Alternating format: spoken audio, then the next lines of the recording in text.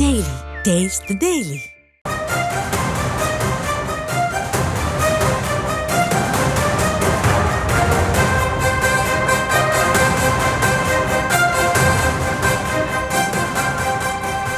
அண்மை செய்தியாக பார்க்கிறோம்.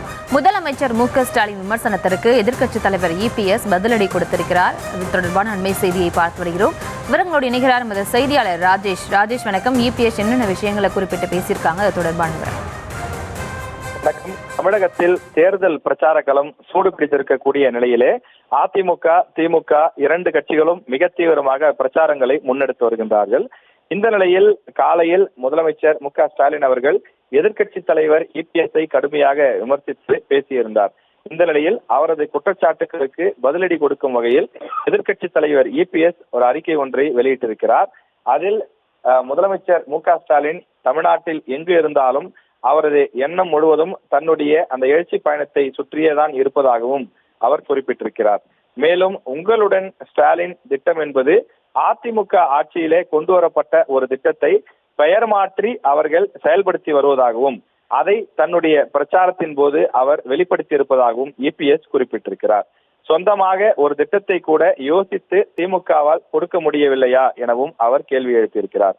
ஏற்கனவே திமுக எதிர்க்கட்சியாக இருந்தபோது பல இடங்களுக்கு பொதுமக்களுடைய குறைகளை கேட்க பெட்டி வைத்து அதன் மூலமாக அந்த பெட்டியில் பொதுமக்களுடைய புகார் மனுக்களை பெற்று ஆனால் அதற்கு உரிய தீர்வு எதையும் அவர்கள் கொடுக்கவில்லை என்றும் இபிஎஸ் இந்த குற்றச்சாட்டை முன்வைத்திருக்கின்றார். மேலும் தொடர்ந்து தான் தோல்வி அடைந்து வருவதை தொடர்ந்து விமர்சித்து வரக்கூடிய மு.க. ஸ்டாலின் அவர்களே என்று குறிப்பிட்டிருக்கக்கூடிய இபிஎஸ் 2011 சட்டமன்ற தேர்தலில் எதிர்க்கட்சி கூட ஆக முடியாமல் திமுக தோற்றது என்றும் அவர் குறிப்பிட்டிருக்கிறார். அதன் பிறகு வந்த உள்ளாட்சி தேர்தலிலும் திமுக தோல்வி அடைந்தது. 2012 சங்கரன் கோவில் இடைத்தேர்தலிலும் தோல்வி அடைந்தது. புதுக்கோட்டை இடைத்தேர்தலிலும் நீங்கள் டெபாசிட் கூட வாங்கவில்லையே என்று தொடர்ந்து பல்வேறு தோல்விகளை இபிஎஸ் பட்டியலிட்டிருக்கிறார்.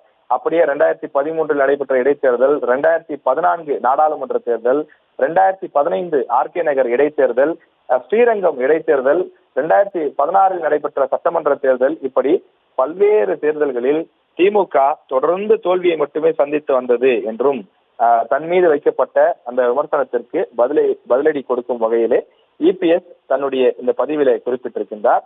மேலும் குட் பை சொல்ல போறாங்களா என்று மீண்டும் சொல்கின்றேன், திமுக ஆட்சிக்கு மக்கள் குட் பை சொல்வார்கள் என்றும் தொடர்ந்து வரக்கூடிய 2026 அதிமுக வெல்லும் என்றும் அவர் தன்னுடைய பதிவிலே குறிப்பிட்டிருக்கிறார்.